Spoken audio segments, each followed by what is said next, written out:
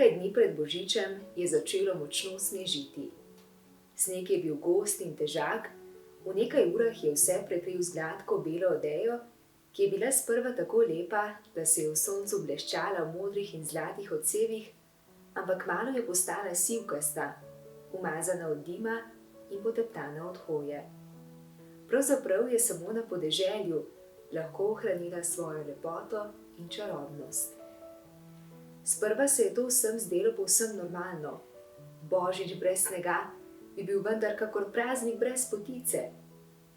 Ljudje, ki so malo potovali po svetu, so se spominjali nostalgije, ko so morali v Afriki ali Kaliforniji novoletne počitnice preživljati ob močnem potenju, kljub temu, da so nosili bermuda hlače in havajske srajce. En sam mali deček pa je bil žalosten ob misli na vse živali in ljudi, ki bodo zaradi tega vlažnega mrazu trpeli še bolj kot ponavadi. Poskusil je pogledati okrog sebe, da bi videl, če je še kdo enakih misli, da je torej sneg pravzaprav katastrofa, ampak bil je edini v bloku, ki se ni veselil. Najprej je preprašal otroke, ki jih je skoraj vse poznal, in skoraj vsi so le zgroženo dolbli kazalcev svoje sence. Treba je povedati, da so na strehe družinskih avtomobilov predtem že namestili smuči in sani in da bi se mali deček, če bi malce pomislil, lahko vzdržal z vprašanji. Tako je namreč storil z dečki in deklicami, ki jih ni poznal in so v zimskih anorakih in velikih smučarskih čevljih šli mimo njega, kot da ga ne vidijo. Poskusil je srečo pri damah, pri čemer se je izogibal tistih, ki so bile videti slabe volje. Vendar niti tiste, ki so bile videti prijazne, niso imele na zalogi prav nič usmiljenja, da bi pomilovale usodo izgubljenih psov. Dokler vidimo umazanijo, ki jo puščajo na pločnikih, hvala lepa, včasih ne veš, kam bi stopil, to je nesprejemljivo. Mali deček jim je poskušal razložiti, da niso psi krivi in da so pravzaprav lastniki tisti, ki se nespodobno vedejo in jim manjka vzgoje. Dame pa so zmajale z glavo. Jaz vidim samo rezultat in to je nagnusno in nesprejemljivo. Sploh pa, se je res treba še vedno ukvarjati z izgubljenimi psi? Name ne računajte, gospodič, name ne. Ko se je mali deček obrnil na svoje sostanovalce, ni več govoril o psih, ampak o izgubljenih mačkah. Brez večjega uspeha. Da bi se nam smirili ti mačkoni, ki jejo naše ptice, pa kaj še? Zaradi njih nimamo več sinic, kosov in vrabcev. Mali deček je poskušal razložiti, da pravzaprav pesticidi ubijajo žuželke in gosenice, s katerimi se ptiči hranijo, ampak gospodjega v naglici niso poslušali, temveč so raje nosili velike kovčke in se spraševali, če jih bodo lahko stlačili v prtljažnik. Tako so se vsi odpravljali na sneg. Ta, ki je padal včeraj, ni bil več dovolj. Morajo le biti višina, lično smučišče, dolge proge, vlečnice. Mali deček se je potrt usedel na stopnico vhodnega stopnišča.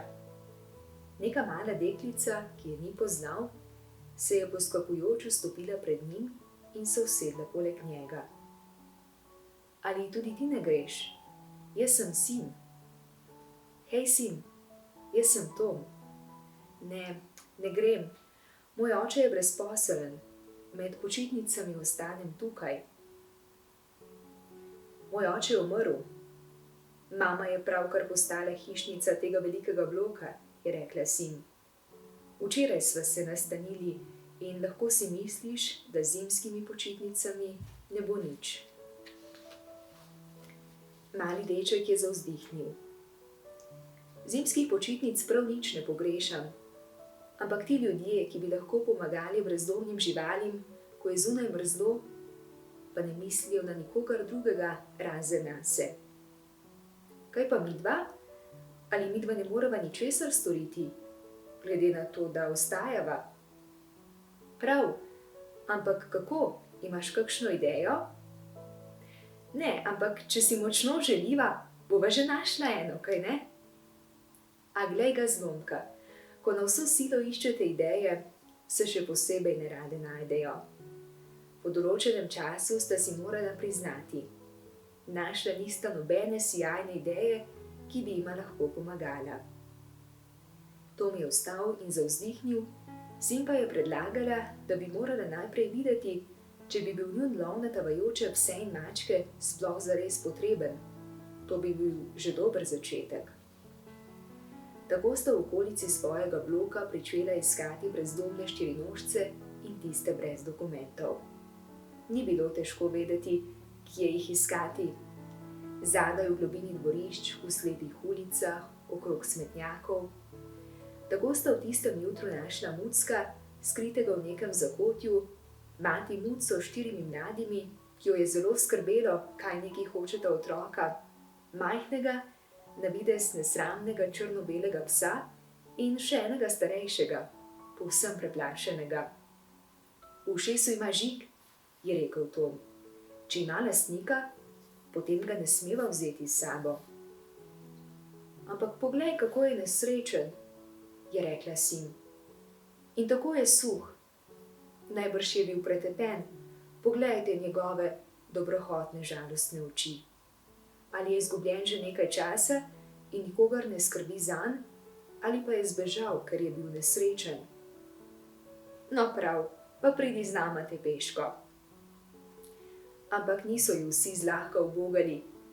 Če sta jima psa vdano sledila, kot bi imela upanje v novo dogodivščino, in če je prvi Muc sedel na Simino ramo in se je oprijel z vsemi svojimi kremplji, se mačja družina ni dala.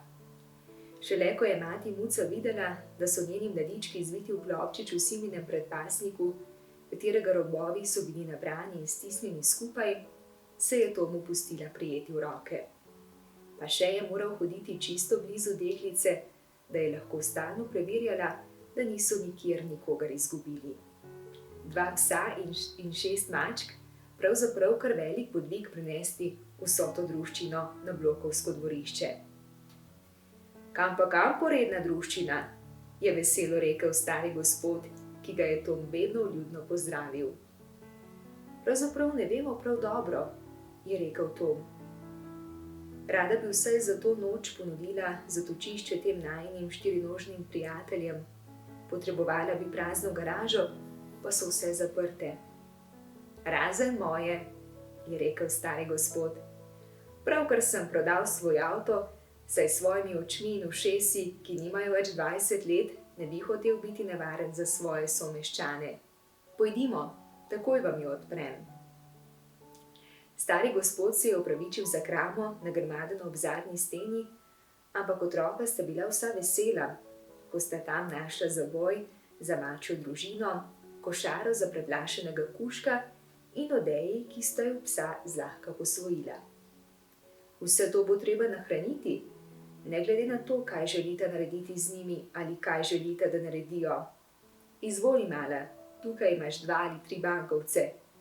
Pojdi iskat konzerve za mačke in pa te za pse v trgovinico na vogalu. Sam bom od doma vzel mleko in sklede za vajino srčno restavracijo. Ko so bili štirinožci enkrat nahranjeni, se jim je zdelo življenje lepo in ni bilo videti, da bi želeli kamorkoli oditi. Zdaj so si predvsem želeli malce spočiti in to zagotovo ni bil primeren trenutek, da bi jim razlagali, kaj sta Tom in sin pričakovala od njih, saj so bile njune slavne ideje še v oblakih in zunaj dosega uresničljivega. Starega gospoda je njun projekt zanimal. Mogoče bi zato, da bi stanovalci bloka opustili svoje predsodke in bili bolj razumljivi in odprti, zadostovalo že to, da bi jim pokazali, kako so živali ubogljive in prijazne.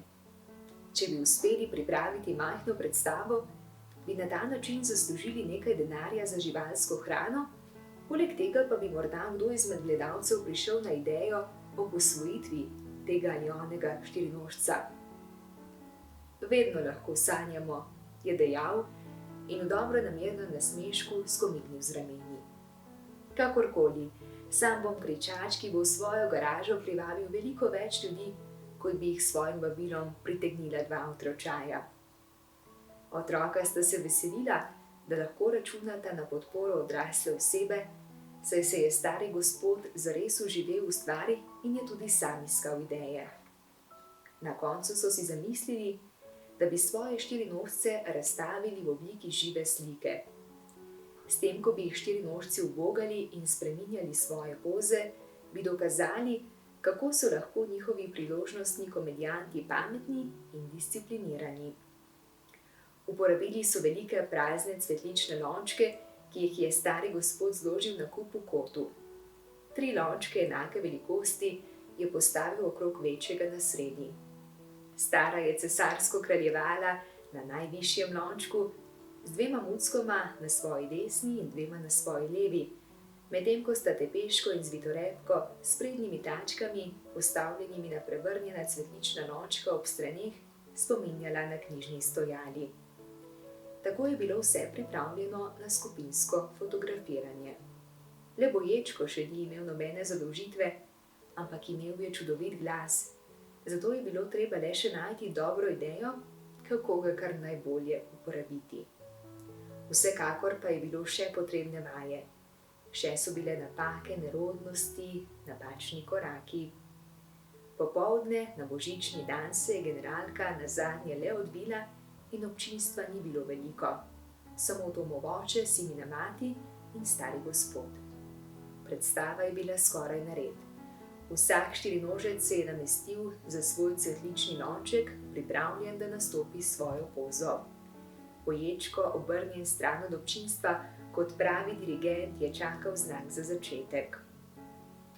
Naenkrat se je vibrirajoče dvignil melodični zvok triangla. Boječko se je trudil ponoviti enak zvok. Zagotavljam vam, odlično mu je uspelo, ko je s prednjo desno nogo dal ukaz. Tako se je dogajanje pričelo.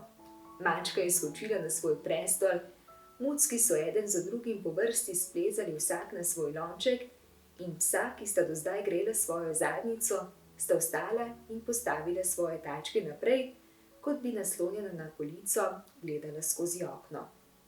Povem vam, bilo je ganljivo, vredno fotografije, ki so jo stari gospod podvizal napraviti. Tom je zopet poprijel svoj triangel, Boječko je ponovil svoj spev in gib z nogo, ampak tokrat z levo, da je naznanil konec predstave.